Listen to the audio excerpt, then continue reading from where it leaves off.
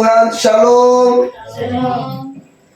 Kita bersyukur malam hari ini Tuhan bawa kita kembali untuk ada di dalam hadirat Tuhan. Dan saya percaya bahwa kita adalah orang-orang yang harus menggenapi firman Tuhan. Yaitu apa? Kita harus dikatakan jadi orang-orang yang lebih dari pemenang. Amin. Kita punya banyak pergumulan. Pergumulan baik itu untuk keluarga kita, pergumulan untuk suami, istri, anak-anak, bahkan bergumul untuk kesehatan kita, pekerjaan kita, masa depan, ya. Kita punya banyak pergumulan, dan di dalam pergumulan itu kadangkala melemahkan kita. Kadangkala dalam pergumulan kita itu ketika kita sudah menemui jalan buntu, sampai-sampai ada banyak orang bisa mempersalahkan Tuhan, dan mereka tidak mengalami kemenangan. Tetapi orang-orang yang beriman di dalam Kristus harus mengalami kemenangan. Amin. Baik, puji Tuhan, satu bagian firman Tuhan yang akan sama-sama kita belajar pada kesempatan malam hari ini. Kita buka di dalam pertama Yohanes. Kita buka di dalam pertama Yohanes. Ada satu pasal, kita akan sama-sama membacanya. Pertama Yohanes pasalnya yang kelima. Ada 5 ayat. Kita akan baca bersama-sama dalam hitungan yang ketiga. Lembaga Alkitab Indonesia memberikan topik iman mengalahkan dunia.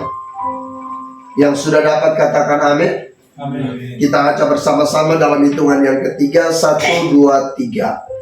Setiap orang yang percaya bahwa Yesus adalah Kristus lahir dari Allah, dan setiap orang yang mengasihi Dia yang melahirkan, mengasihi juga Dia yang lahir daripadanya. Inilah tandanya bahwa kita mengasihi anak-anak Allah, yaitu apabila kita mengasihi Allah serta melakukan perintah-perintahnya. Sebab inilah kasih kepada Allah, yaitu bahwa kita menuruti perintah-perintahnya. Perintah-perintahnya itu tidak berat. Sebab semua yang lahir dari Allah mengalahkan dunia. Dan inilah kemenangan yang mengalahkan dunia, iman kita. Siapakah yang mengalahkan dunia selain daripada dia yang percaya bahwa Yesus adalah anak Allah? Amin. Baik, puji Tuhan, saudara yang diberkati oleh Tuhan. Terjemahan lain memberikan topik atau memberikan tema yang sangat jelas bagi setiap kita, dan memberitakan bagi setiap kita bahwa begitu pentingnya iman bagi saudara dan saya. Ada banyak orang, dia rela untuk menjual imannya hanya oleh karena kebutuhan jasmani. Dia rela meninggalkan iman percayanya kepada Kristus hanya oleh karena hal-hal lahiriah. Padahal firman Tuhan katakan bahwa iman kita dapat mengalahkan dunia. Artinya bahwa iman ini dapat memberikan kemenangan bagi kita atas godaan dunia ini. Amin. Saudara, ketika kita memiliki iman, maka iman kita itu akan memberikan kita kemenangan. Kemenangan atas segala hal yang ada di dalam dunia. Kemenangan atas apa yang diberikan oleh dunia, yang ditimpakan oleh dunia bagi saudara dan saya. Dan Tuhan mau bilang bagi setiap kita bahwa sebagai orang percaya, anak-anak Tuhan, kemenangan yang Tuhan berikan, yang Tuhan sediakan bagi kita itu terlalu sangat berlimpah-limpah. Terlalu sangat banyak kemenangan yang Tuhan sudah buktikan dalam hidup kita. Dan seharusnya kemenangan-kemenangan yang sudah Tuhan buktikan sepanjang hidup kita sampai dengan malam hari ini, seharusnya meneguhkan iman kita, seharusnya membuat kita semakin lebih giat di dalam Tuhan. Tapi ada banyak orang, mereka tidak memaknai semua itu. Sehingga seringkali mereka mengalami yang namanya kegagalan. Kita bisa mengalami kegagalan, kita bisa mengalami kekalahan atas dunia ini. Kenapa? Karena kita lebih cenderung takluk kepada dunia. Persoalan hidup itu pasti. Tantangan-tantangan, kesulitan-kesulitan, sakit penyakit, ujian, pencobaan, pasti kita alami dalam hidup ini. Renungan saya yang pertama ada di tempat ini, kita belajar dari Yakobus 1 ayat 12. Bagaimana tentang pencobaan? Tapi hari ini Tuhan kembali ingatkan bagi setiap kita, kita tidak terlepas dari yang namanya persoalan. Yang perlu kita sadari bahwa persoalan, tantangan, apapun yang datang dalam hidup kita itu merupakan sebuah batu loncatan untuk iman kita semakin kuat di dalam Tuhan. Menjadi sebuah batu loncatan untuk membuktikan kepada dunia betapa dewasanya, betapa kuatnya iman saudara dan saya. Oleh karena itu, jangan mau kalah dengan dunia. Dunia boleh datang menawarkan kenikmatannya. Dunia boleh datang menawarkan kemegahan. Tapi firman Tuhan sudah katakan bahwa unsur-unsur dunia ini akan lenyap. Tapi firman Tuhan kekal selama-lamanya. Karena itu, hari ini kita melihat dalam konteks bacaan kita ada beberapa hal yang sedang dibicarakan oleh Rasul Yohanes tentang orang-orang percaya, tentang orang-orang beriman, tentang orang-orang yang telah mengalami masa akhir balik, tentang orang-orang yang sudah mengalami pemulihan yang dari Tuhan. Maka mereka harus hidup dalam percaya, hidup di dalam mengasihi Tuhan, percaya Tuhan, mengasihi Tuhan, melakukan perintah Tuhan. Dan dari semua itu, kemenangan yang dari Tuhan akan menjadi bagian kita. Tapi malam hari ini saya tidak berbicara tentang hal percaya. Saya tidak mau berbicara tentang hal mengasihi. Saya tidak sedang mau berbicara tentang hal melakukan perintah Tuhan. Tapi saya mau berbicara tentang bagaimana kemenangan di dalam Kristus itu. Karena hari-hari ini dunia sedang membawa setiap orang, ada banyak orang terlena dalam persoalan, terlena dalam tantangan-tantangan zaman ini, sampai-sampai mereka lupa bahwa Tuhan menyediakan kemenangan-kemenangan yang besar atas kehidupan mereka, atas pergumulan-pergumulan mereka. Oleh karena itu, kita perlu belajar hari ini bagaimana supaya kita bisa menang atas setiap tantangan, persoalan yang datang dalam hidup kita. Ya. Saya kasih judul renungan malam hari ini, kemenangan di dalam Kristus. Kalau orang sudah hidup di dalam Tuhan Yesus Kristus, kalau dia tidak mengalami kemenangan, perlu dipertanyakan imannya kepada Kristus. Kalau orang sudah hidup melayani Tuhan, tapi dia masih kalah dengan godaan dunia, perlu dipertanyakan imannya di dalam Kristus. Kalau orang sudah hidup di dalam Kristus, tetapi dia masih kalah dengan tawaran-tawaran dunia, masih hidup dalam menikmati kenikmatan dunia yang membuat dia jatuh dalam dosa, perlu dipertanyakan imannya. Hari ini Tuhan mau bicara bagi setiap kita bahwa kita harus mengalami kemenangan karena kita sudah ada di dalam Kristus.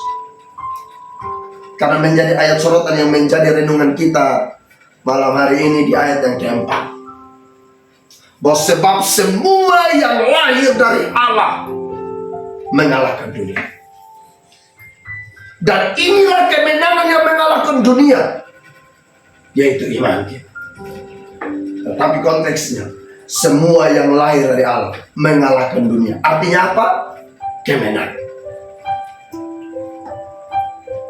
Maka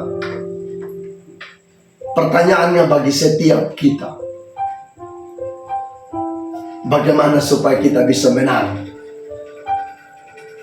atas setiap tantangan persoalan yang datang dalam hidup kita? Ya, seperti apa? Apa yang harus kita buat? Yang pertama, supaya kita bisa mengalami kemenangan. Dan kalau memang kita sudah ada di dalam Kristus, kita harus mengalami kemenangan. Dan supaya kemenangan itu menjadi bagian kita, hal yang perlu kita lakukan, sama bilang begini, tetapkan, jangan berubah-ubah. Tetapkan hati kita, tetapkan pikiran kita untuk selalu positif atas segala sesuatu yang kita alami dalam hidup ini. Kenapa sama supaya kita selalu berpikir positif, menjaga hati kita supaya selalu baik? Karena ketika tantangan itu datang, persoalan itu datang, seringkali ada banyak orang Kristen bisa mempersalahkan satu dengan yang lain. Saya bilang bahwa pikiran kita, hati kita harus berpikir secara positif, yang baik-baik saja. Contoh, kalau kita beribadah, biasanya awal-awalnya kita sampai 20-30 orang, tapi berjalannya waktu tinggal 10 atau 8 orang atau bahkan 5 orang. Kira-kira pikiran kita seperti apa? Apakah kita masih bilang begini, ini semua ini gara-gara ini, oh ini semua karena ini? Saudara harus berpikir positif, yaitu apa? Mungkin mereka ada dalam pelayanan, mungkin mereka ada beribadah di tempat lain, mungkin mereka sedang berhalangan. Kalau berpikir negatif saja, atau hati kita salah dalam menilai orang lain, maka yang pasti yang akan muncul di dalam otak ini, hati kita ini, yang muncul pertama kecewa, marah, jengkel. Maka otak mulai putar, ini karena ini, karena ini, karena ini, dan lain sebagainya. Tapi Tuhan mau bilang bagi setiap kita malam hari ini, ayo, hati kita ini penting untuk dijaga. Jaga hati. Makanya Salomo dalam Amsal dia katakan, jagalah hatimu dengan segala kewaspadaan, karena dari situlah terpancar kehidupan. Kalau saya sedang menaruh rasa yang tidak baik bagi seseorang, maka yang akan muncul di hati ini amarah. Di pikiran ini mulai berpikir yang negatif tentang orang-orang itu. Maka itu akan mendatangkan dosa. Dan ketika saya melakukan hal itu, saya menjadi orang yang gagal dan tidak mengalami kemenangan, tapi saya mengalami yang namanya kekalahan. Karena tipu daya iblis mengganggu, menyerang hidup ini. Nah, disinilah Tuhan mau bawa kita untuk belajar. Jaga hati. Amin kok. Jaga. Jaga pikiran kita. Firman Tuhan katakan bagaimana supaya kita bisa menjaga hati kita. Hanya di dalam Tuhan kita bisa. Bagaimana kita bisa menjaga pikiran kita? Hanya di dalam Yesus. Jalan dan kebenaran dan hidup itu baru bisa. Makanya Filipi pasal 4 ayat 7 dan 8 dia katakan, damai sejahtera Allah yang melampaui segala akal akan memelihara hatimu dan pikiranmu. Saudara, hanya damai sejahtera yang dari Tuhan yang mampu untuk memelihara akal kita, yang mampu memelihara hati kita, pikiran kita. Damai sejahtera Tuhan itu tidak bisa kita ukur dengan akal kita yang kecil. Tidak bisa. Makanya Paulus bilang, damai sejahtera Allah itu melampaui segala akal.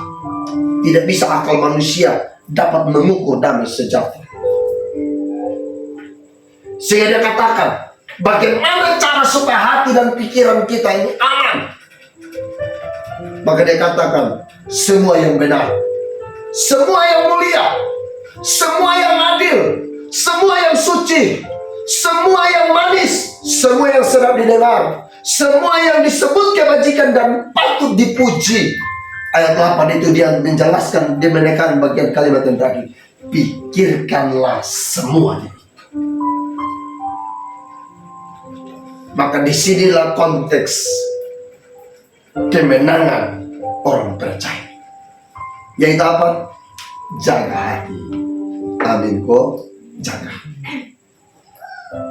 Mungkin Tuhan mengizinkan kita ditempatkan dengan orang-orang yang sewaktu-waktu mengganggu damai sejahtera di hati kita, mengganggu pikiran kita.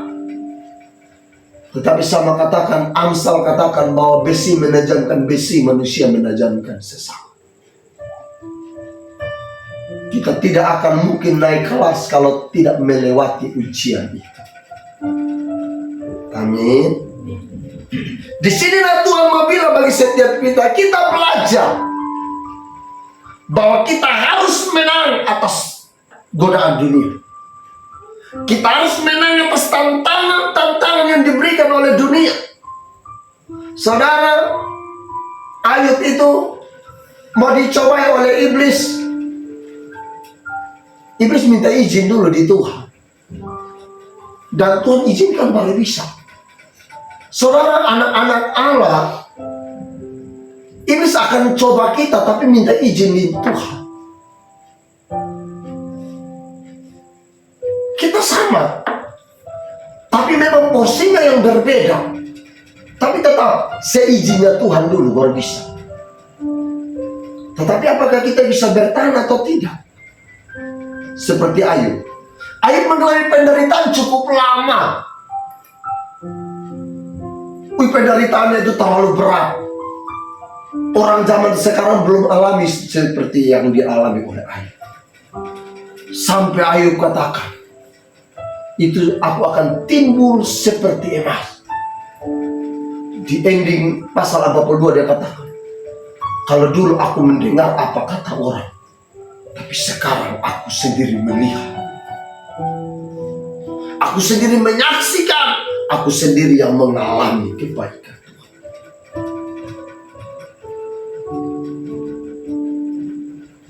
Iman kita akan diuji. Bisa tidak kita menang atas tantangan-tantangan yang datang? Masihkah kita mau tetap di dalam Tuhan? Masih mau kita mengatakan, ku tetap cinta Yesus selamanya? Ataukah iman kita goyah dan kita meninggalkan Tuhan? Kita ambil contoh, ada 4 orang muda ketika mereka ada di Babel. Tapi dalam catatan Alkitab pada waktu kasus itu, dalam kasus yang berbeda, 3 orang mengalami satu kasus peristiwa yang berbeda. Sadrak, Mesak, dan Abednego.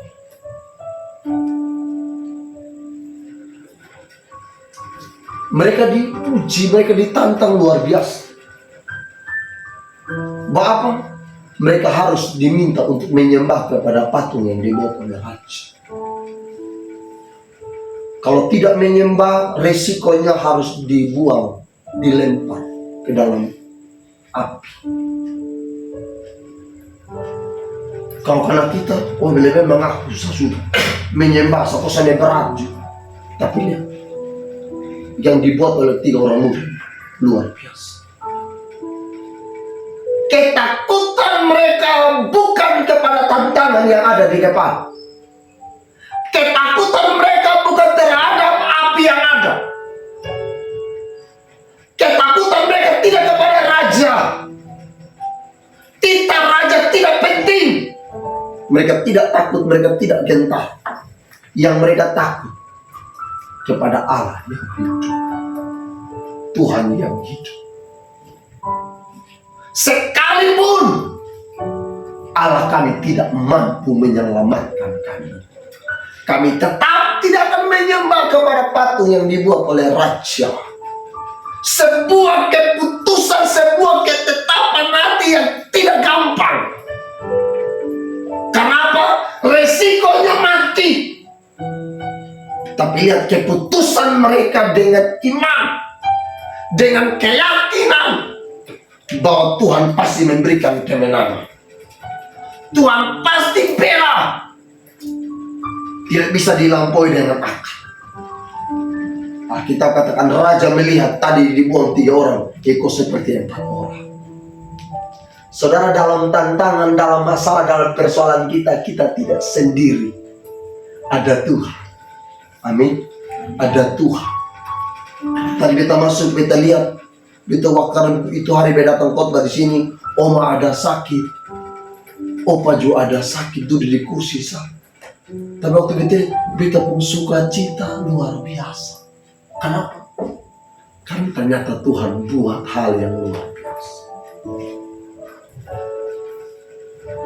Hal inilah yang membuktikan Bapak, kemenangan di dalam Kristus itu harus hidup, harus tinggal tetap. Yaitu apa? Mari kita lahir dari Tuhan. Kita katakan, kita lahir dari Allah. Kita harus mengalahkan dunia dengan segala jenis strategi yang dia bangun untuk menjatuhkan kita, untuk mengalahkan kita. Dia menyerang hati kita, pikiran kita. Tapi saya mau bilang, tetapkan hati kita, pikiran kita, untuk selalu apa?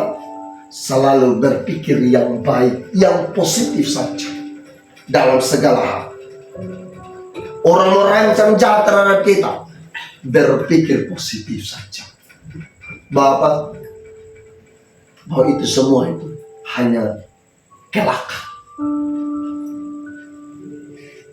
Kalau pakai pikiran dunia, pasti akan menimbulkan kerusuhan, kericuhan, pertengkaran.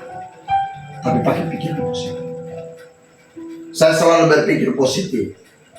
Ada banyak orang yang berusaha untuk tidak suka. Ada banyak orang yang menolak. Tapi selalu berpikir positif. Bapak, bahwa mereka itu punya maksud lain. Bahkan saya ketika saya rasa bahwa kehadiran saya tidak memberikan damai sejahtera buat orang lain, maka saya lebih memilih tidak hadir di tempat itu, supaya dia beribadah dalam damai sejahtera. Untuk apa saya hadir terus dia tidak damai sejahtera? Dia beribadah dalam kemunafikan. Maka disinilah Tuhan mau bilang, berpikir positif, pakai hati, dan selalu pakai perasaan yang baik saja buat orang lain, siapapun itu. Ya. supaya kita tidak berdosa, supaya kita tidak kalah dengan strategi yang diluncurkan oleh iblis untuk mengalahkan kita. Amin. Itu hal yang pertama. Yang kedua, bagaimana supaya kita bisa menang atas tantangan-tantangan dunia. Apalagi kita sudah hidup di dalam Kristus, maka kita harus menang. Dan untuk bisa mengalami kemenangan itu, sama bilang bahwa ayo, jangan fokus pada masalah.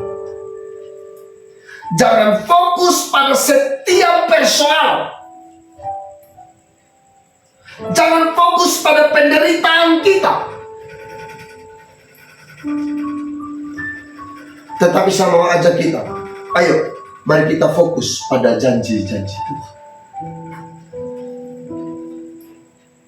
Saudara, sepanjang saudara dan saya hidup, masalah akan tetap datang. Sepanjang saudara dan saya masih hidup, sakit penyakit pasti akan menimpa kita. Sepanjang kita masih hidup, saya percaya bahwa kedagingan kita masih berontak. Dunia akan berusaha untuk membuat kita bagaimana supaya kita bisa kalah.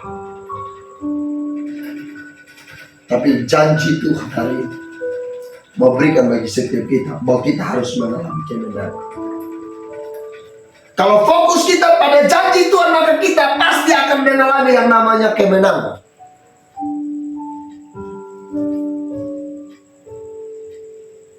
Janji Tuhan seperti apa yang Tuhan bilang? Kita belajar dari Mazmur. Mazmur pasal 16 ayat 8. Dia katakan bahwa aku senantiasa memandang kepada Allah, sebab Dia berdiri di sebelah kananku. Aku tidak goyah. Saudara, sama katakan bahwa janji Tuhan bahwa Dia akan tetap berdiri di sebelah kita, di samping kita. Bahkan dalam Yesaya dia katakan bahwa apa? Sampai masa tuamu aku tetap diam. Sampai masa putih rambutmu aku tetap menggendong engkau. Aku telah melakukannya. Ini janji Tuhan. Maka jangan biarkan persoalan menang atas hidup kita. Jangan biarkan tantangan-tantangan dunia menang atas hidup saudara dan saya. Belajar dari pemazmur, saat dia punya masalah, yang dia lakukan, dia memandang kepada Tuhan. Saat dia punya persoalan, dia melihat pada Tuhan. Kalau melihat ini sudah sekarang, tapi kalau memandang itu dia perhatikan baik-baik. Dia terus memandang. Makanya kalau orang pacaran dinamakan pandang kita, sayangnya. Saudara, Tuhan mau bilang bahwa ayo kita tetap memandang kepada Tuhan. Masalah boleh banyak, tantangan boleh banyak. Pujian tadi jelas. Jika Allah di pihak kita, siapa dapat melawan? Kita lebih dari pemenang. Amin. Jika Allah di pihak kita, siapa yang dapat melawan? Itu kata Tuhan. Maka disinilah yang perlu kita renungkan. Ternyata dalam masalah kita ada Tuhan yang setia. Ada Tuhan yang selalu ada bagi kita. Makanya Paulus meyakinkan jemaat di Korintus, saat pencobaan-pencobaan itu terus berdatangan dalam hidup mereka untuk menghambat iman mereka lewat pencobaan yang ada.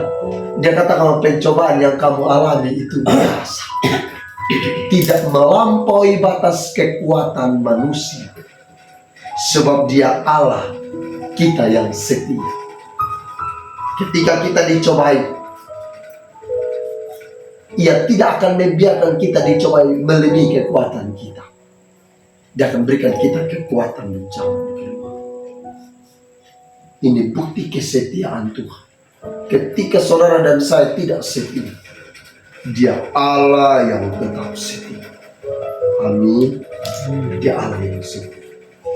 Belajar dan berusaha untuk setia kepada Tuhan. Belajar dan berusaha setia untuk memandang kepada Tuhan. Jangan lihat pada masalah, karena masalah dilihat pun tidak akan selesai. Ketika kita menghadapi masalah, jangan pakai pikiran kita, akal kita, kekuatan kita untuk bisa keluar dari persoalan itu. Justru itu akan menimbulkan masalah baru di hadapan Tuhan. Karena Tuhan katakan, terkutuklah orang yang mengandalkan manusia dan kekuatannya.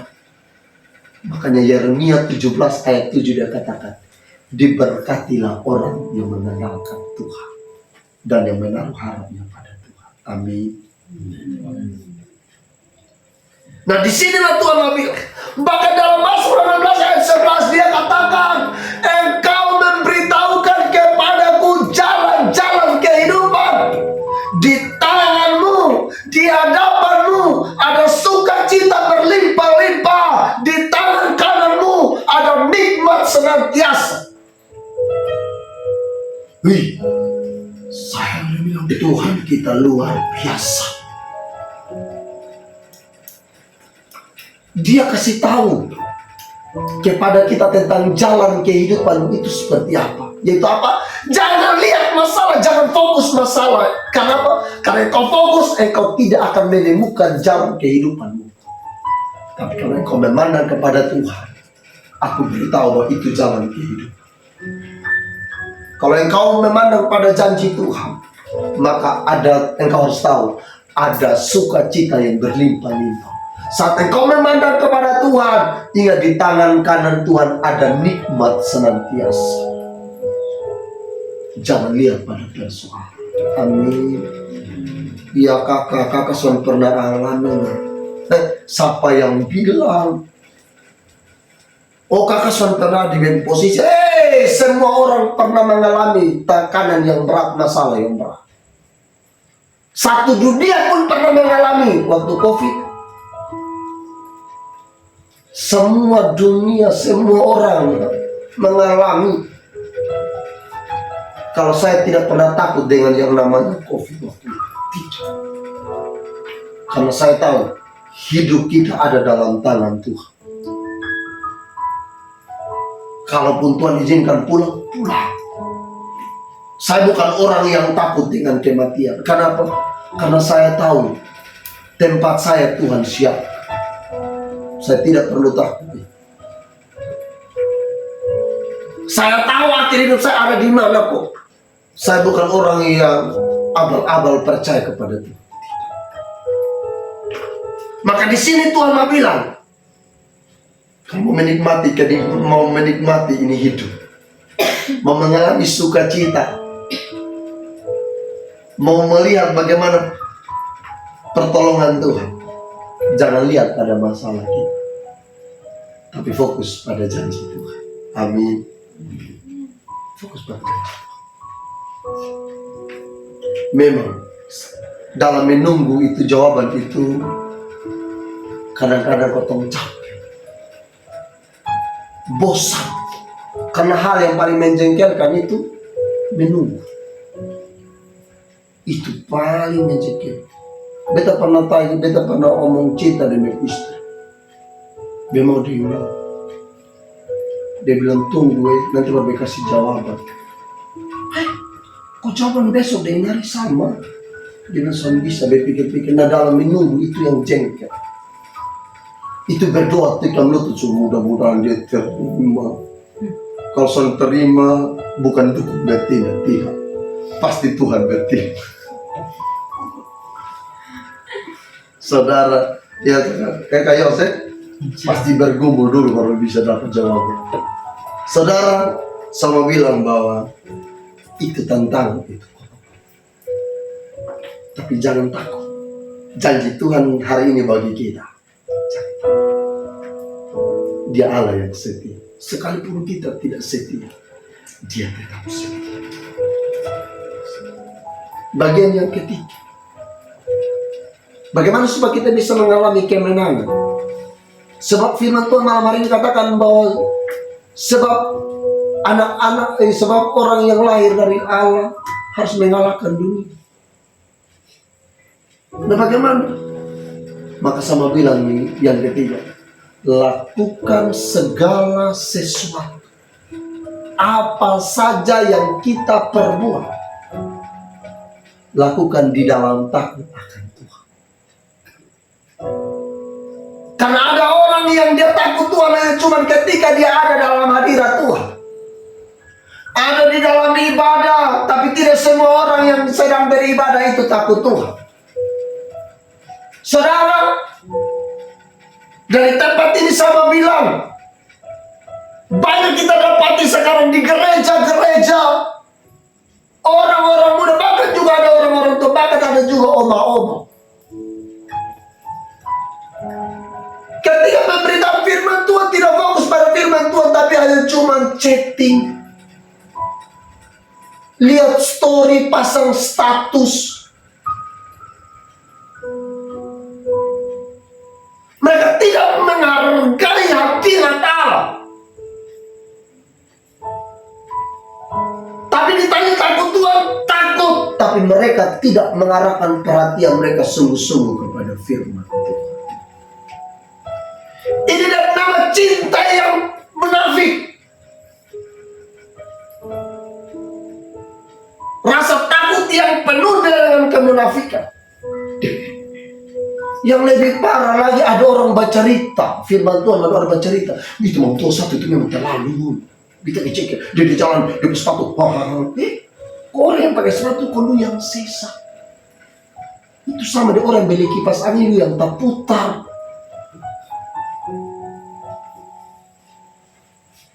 Jangan sibuk urus orang.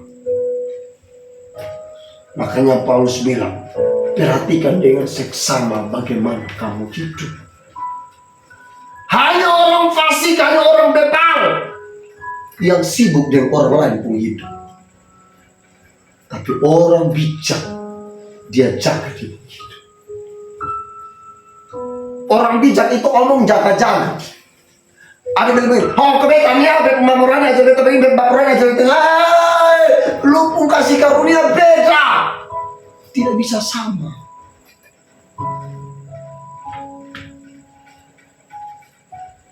Saudara Tuhan bilang lakukan segala sesuatu di dalam takut akan Tuhan. Harus melayani dalam takut Tuhan. Amin. Lakukan. Ada mama-mama, ada bapak-bapak juga. Dong ada kerja, madok mulut juga ikut kerja. Tahu? Itu biasa terjadi. Ada kerja, bisa bertupuk selalu, berpukul selalu, berabik selalu. Aduh. Bahkan bisa juga keluar kata-kata mutiara. Tapi di ketong sini kan sudah ada. Amin ya.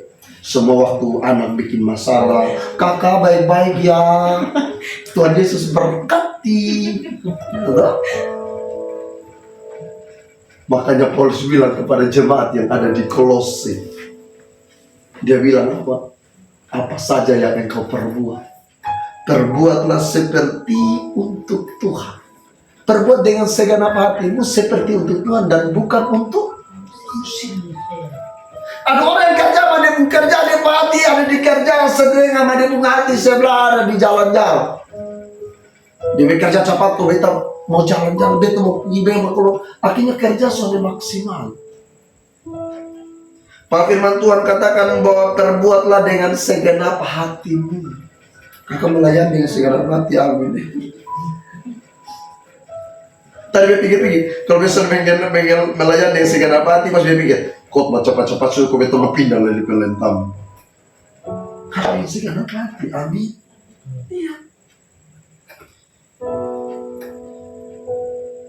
Kalau tidak segenap hati, maka yang ada penuh dengan sungut-sungut. Dan kalau kita melakukan tidak segenap hati, kita menjadi orang yang kalah, gagal mengalami kemenangan. Dan untuk menang, untuk berbuat itu dengan segenap hati seperti untuk Tuhan dan bukan untuk manusia. Maka yang pasti ada dengan sukacita. Makanya itu pujian jelas. Kerja buat Tuhan terlalu manis ya. Biar pikul salib terlalu manis iya. Tapi hanya punya banyak orang yang begitu so. Kerja buat Tuhan manis tapi suruh pikul salib kak pikul sah. Jadi semua pikul salib berat kau. Itu salib itu vertikal dan horizontal. Itu makna kasih yang besar. Makanya lakukan segala sesuatu dalam takut akan Tuhan. Waktu kau bangun tidur, kasih beres tempat tidur waktu. Kasih beres tempat tidur atau rombak jangan ngomel. Ini istri dia mau ngomel haleluya sakit. Dia bilang sayang jangan kasih beres sebentar 5 menit rusak lagi. Terkejar itu ada itu tidur semua. Yang tidur sana masih rombak, yang sono sana masih bangun kok. Sama tahu guling sana tahu guling sini naik tidur sebentar pulang terus makan. Nanti mau ngomong ini ada dong soal tahu yang dong tahu bahwa rombak itu yang terbaik. Ini bangun tidur mau ngomong. Bapak tuh lihat aduh. Selalu sama ngomel atau apalagi kadang anak kasih tumpah susu dan istri itu dia kayak memakan mati. Itu lu kasih tumpah itu kasih basah itu dalam mati. Ini anak ini dia selalu tahu yang dia tahu susu di sini bukan susu ada di sini. Kadang-kadang begitu. Selesai kenapa? Kan sambil ngomel. Amin ya. Tuhan tahu waktu kau bangun. Tuhan tahu waktu kotong duduk, Tuhan tahu waktu kotong berdiri, Tuhan tahu waktu kotong jalan, Tuhan tahu kotong ada di mana, Tuhan tahu itu. Jika kotong bisa sini, amin. Iya. Apalagi dalam hal mengerjakan keselamatan, lakukan hal keselamatan ini harus dengan takut Tuhan. Ada orang takut Tuhan itu waktu ada pendeta, itu di perumahan itu yang mau bom jatuh di samping dia sengaja. Kenapa? Itu dia takut pendeta, bukan takut Tuhan. Tapi waktu pendeta sana ada, itu dia pun ekor naik. Manusia sekarang ini dengan pendeta dong cangka mati, dengan Tuhan dong sanjaka. Amin ya. Jadi kita mau bilang hal yang penting, lakukan segala sesuatu dengan takut. Ya, takut Tuhan itu penting. Beta khotbah di mana-mana bilang begini, Tuhan tidak memberikan rasa takut itu terhadap persoalan. Tuhan tidak memberikan rasa takut di hati kita itu untuk takut masalah, takut mati, takut setan, takut orang gantung diri. Aduh, istri kalau dengar bilang orang gantung diri jangan lewat. Kau putar jauh lebih baik. Apalagi bilang begini, itu kuburan ini Merdeka itu pemerintah mau kasih penduduk siapa mau tinggal.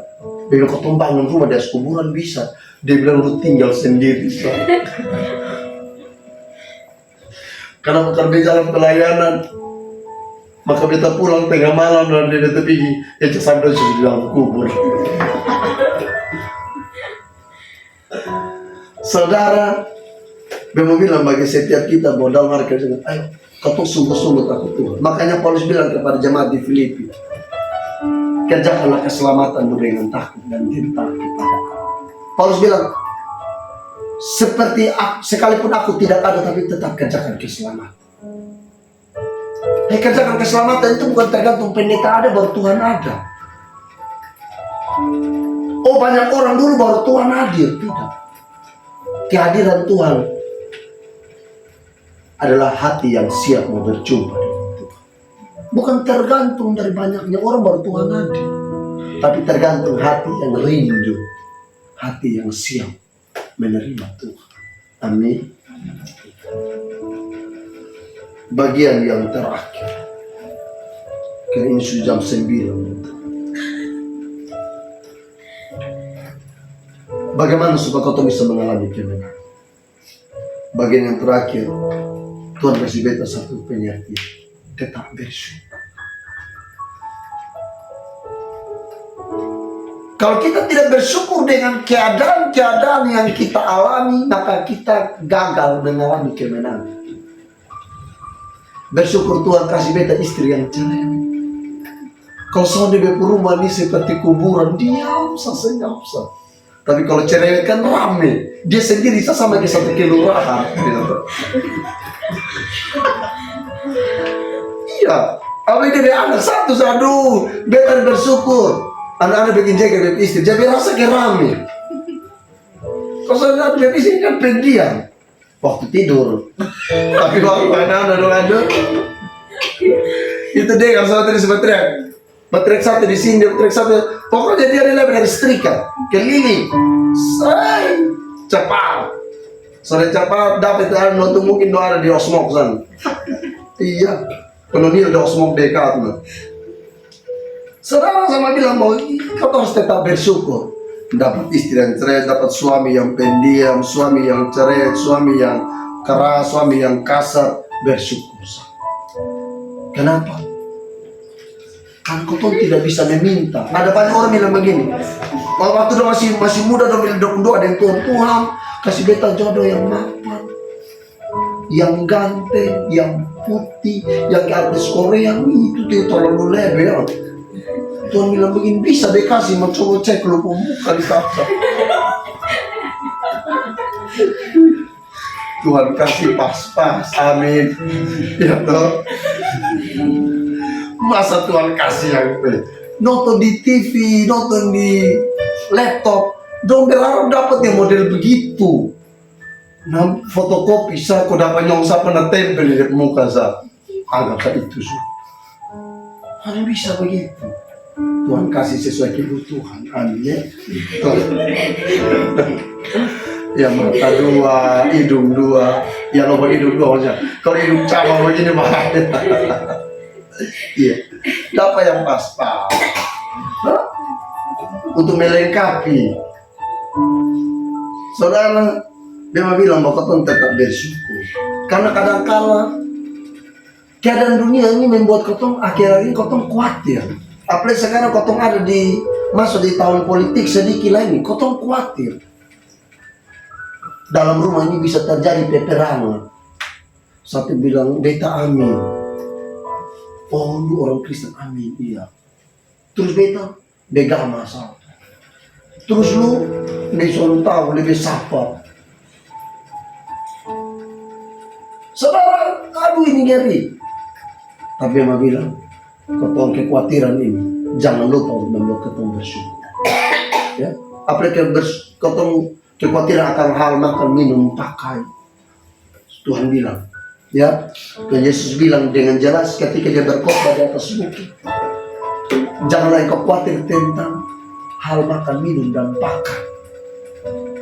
Bukankah hidup itu lebih penting daripada makanan?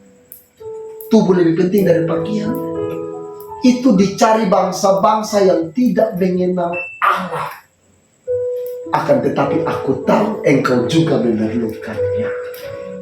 Maka dia teruskan di ayat 33 Matius 6. Carilah dahulu kerajaan Allah dan kebenaran, semuanya akan ditambahkan kepadamu. Itu jelas. Makanya Paulus mengutip sebagian kalimat itu, dia ajak jemaat di Filipi. Filipi pasal 4 ayat 6. Bahwa janganlah hendaknya kamu khawatir tentang apapun juga. Nyatakanlah dalam segala hal keinginanmu kepada Allah di dalam doa dan ucapan syukur. Amin. Umur 25 tahun, Tuhan, orang lain sudah ada, dia belum ada. Apakah dia sudah lahir? Kok belum? Kalau dia belum lahir Tuhan, kapan besok dia makin tua, ya toh? Kalau dia sudah lahir, dia di mana? Apakah dia sudah mati? Tapi usaha masa jomblo terus. Tapi dia mau bilang jomblo justru dosa. Amin ya? Iya. Tapi bukan berarti Tuhan tidak adil. Dia pasti kasih yang terbaik. Makanya, ayo tetap bersyukur. Ketika beta dalam pelayanan, beta bilang itu ada urus tambah tua. Su 37 masih ada yang suka. Apalagi muka bergambar, batato dan ujung kaki sang punya rambut. Perempuan yang mau di beta itu mungkin dia buta. Bisa. Kalau dia sampai buta juga, kalau dia mau di beta, dia pikir 70 kali 7 kali untuk genapi firman Tuhan. Karena pasti yang terlintas di otak nih, ini orang jahat, ini orang pas dia pukul kas mati beta dia dulu. Tapi hari tanya dia istri, pernahkah beta kata pukul dia sampai hari ini tangan sudah akan naik tangan, sudah akan pukul. Kenapa? Ini tangan pakai menyembah Tuhan, ini tangan pakai memberkati orang, ini tangan tidak boleh. Ini tangan yang Tuhan urapi, tidak boleh. Itu yang salah. Makanya saya katakan bagi setiap kita, dia bilang Tuhan bisa tidak? Kalaupun dia mau, beta percaya pada orang tua pasti pikir 70 kali 7 kali itu berat. Tapi puji Tuhan, Tuhan bilang, lu lihat itu gunung ah. Terus kulayangkan mataku ke gunung-gunung, dari mana datang itu pertolongan? Tuhan bilang pertolongan dari beta, bekasi lu yang terbaik ada taruh. Saudara Tuhan tahu. Makanya ayo belajar bersyukur. Tidak hanya itu, yang terakhir sekali, terus bersekutu dengan Tuhan. Kalau sudah bersyukur, terus bersekutu. Jangan dari bersekutu besok sesuatu. Maka ketemu bilang apa? Itu kemenangan sesaat. Tapi kalau kemenangan yang kekal adalah bersekutu dengan Tuhan setiap waktu. Amin. Bersekutu dengan Tuhan. Karena firman Tuhan katakan dalam 1 Korintus pasal 15 ayat 57 dan 58. Dia katakan bahwa tetapi syukur kepada Allah yang memberikan kemenangan di dalam Kristus Yesus. Bahkan dia katakan bahwa berdirilah teguh, jangan goyah. Giatlah selalu dalam pekerjaan Tuhan. Sebab jerih payahmu di dalam persekutuan dengan Tuhan tidak sia-sia. Maka untuk mengalami kemenangan ini, saudara, kemenangan itu di dalam Kristus. Dan orang-orang yang sudah hidup di dalam Kristus, dia akan tetapkan dia punya hati pikiran hanya hal yang baik, hal yang positif. Dia tidak akan salah menaruh pikiran tentang tentang keadaan-keadaan yang dialami. Yang kedua, dia akan senantiasa memandang pada janji-janji Tuhan dan bukan fokus pada masalah. Yang ketiga, firman Tuhan katakan bahwa dia akan bikin apa pun, buat apa saja, dia lakukan itu dengan dasar takut Tuhan, bukan takut manusia. Bahkan dia akan bersyukur dan dia akan terus bersekutu dengan Tuhan. Tuhan Yesus menolong kita semua malam hari ini dengan firman.